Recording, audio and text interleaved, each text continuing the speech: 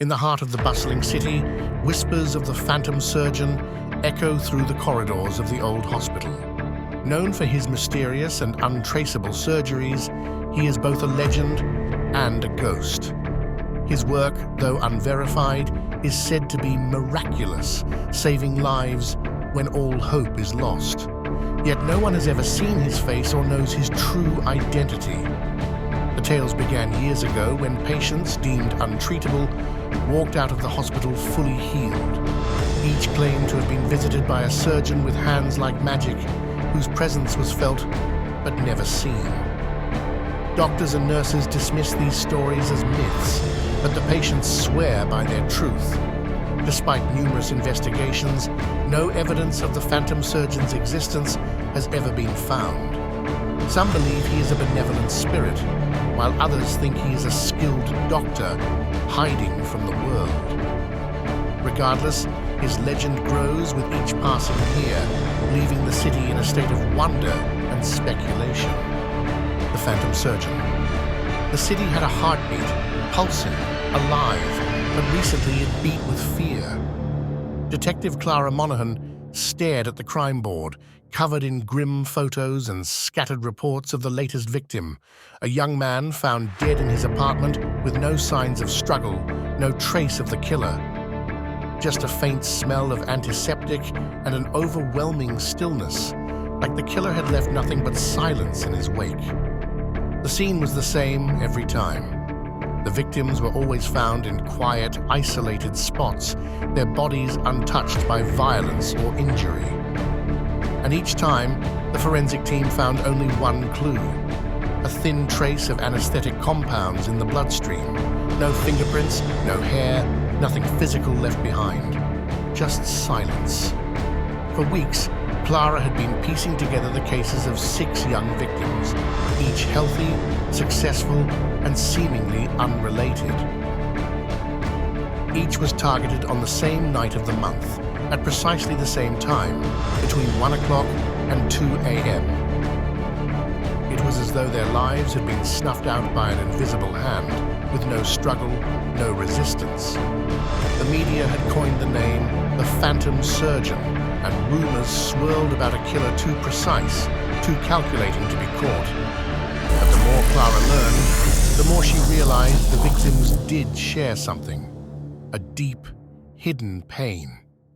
They each had filed for a quiet, personal counseling session through a company app named Echo Wellness. Clara had never heard of it before, but as she dug deeper, she saw it catered to a niche group, those struggling in silence, offering discreet online support for the mentally strained. The connection was subtle, almost invisible, but it was enough for Clara to dig deeper. And soon enough, she uncovered the true owner of Echo Wellness, Dr. Lucas Rhine, a renowned scientist and psychologist known for his pioneering work on subconscious suggestion and cognitive behavioral therapy. A part of her didn't want to believe it. Dr. Rhine was respected and brilliant, but the whispers of something darker beneath his calm demeanor were hard to ignore. He was reclusive, rarely seen by the public, living in isolation to focus on his research. And yet, something about him felt eerily connected to the crimes. The next night, Clara stood outside Dr. Rhine's clinic, her heart pounding as she looked up at the unassuming building. In her mind, she replayed the profiles of each victim, how they had sought comfort through Echo Wellness, likely without ever meeting Rhine in person. Her thoughts raced as she tried to understand his motive. Was he trying to help them? Or was he testing his theories in ways that went far beyond ethical boundaries? A faint light flickered in the corner office window. She gathered her courage and pushed open the door. Inside, the air was heavy, clinical, yet with a strange stillness.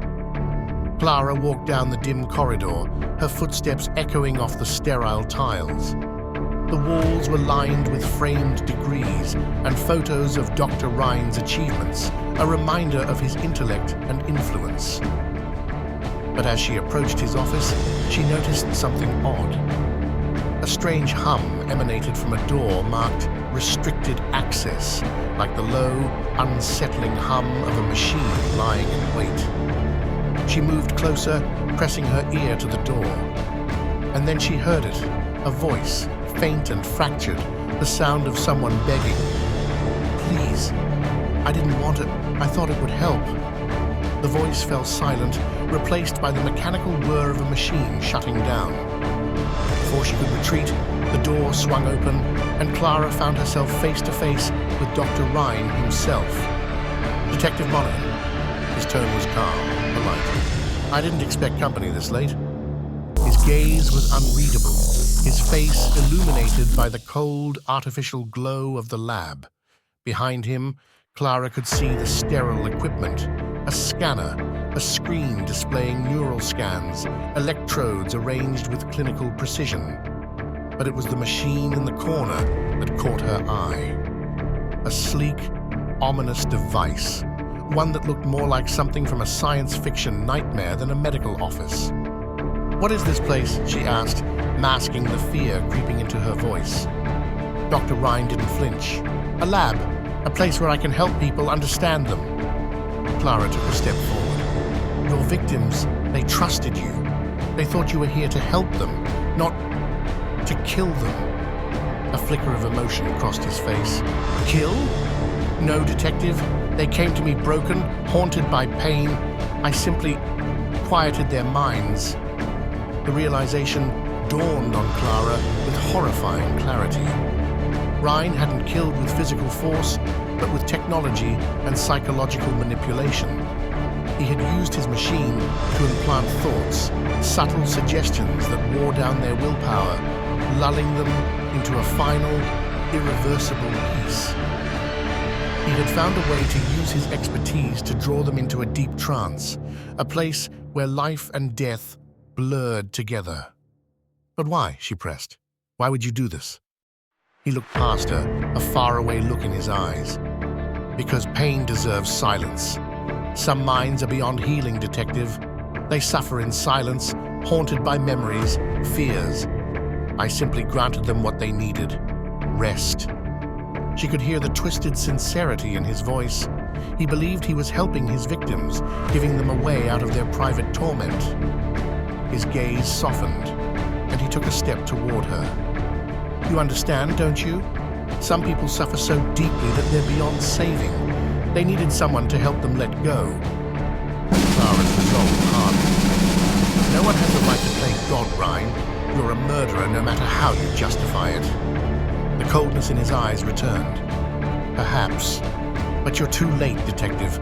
By the time you prove anything, I'll be long gone." And with that, he pressed a button on his watch, triggering a silent alarm.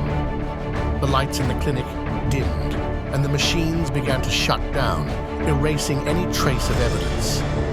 Clara bolted toward him, but he slipped into the shadows, his form vanishing into the maze of corridors as if he'd never been there. She called for backup, her voice echoing in the empty, sterile space, but deep down, she knew he was already gone, a phantom once again. Days passed, and Dr. Lucas Ryan vanished without a trace. His clinic was dismantled, his records erased. The media declared it the end of the phantom surgeon killings, but Clara knew the truth. He was still out there, somewhere, his twisted belief in mercy driving him toward his next patient. And every time she closed her eyes, she could still hear his voice, calm and chilling, whispering in her mind. Some pain deserves silence. In the heart of the bustling city, whispers of the mysterious phantom surgeon circulate among the alleys and corridors of the old hospital. No one knows his true identity, but his miraculous surgeries have left a trail of awe and wonder. Patients who were once deemed incurable walk out of the hospital, healed and whole, but with no memory of the surgeon's face. The staff speaks of shadowy figures seen only at midnight, moving with purpose and precision. Despite the lack of evidence, the stories persist, fueled by the incredible recoveries that defy medical explanation. Some say the phantom surgeon is a ghost, others claim he's a renegade doctor hiding from the world. Yet all agree on one thing: his skills are beyond compare, and his presence, though unseen, is felt by all who enter the hospital.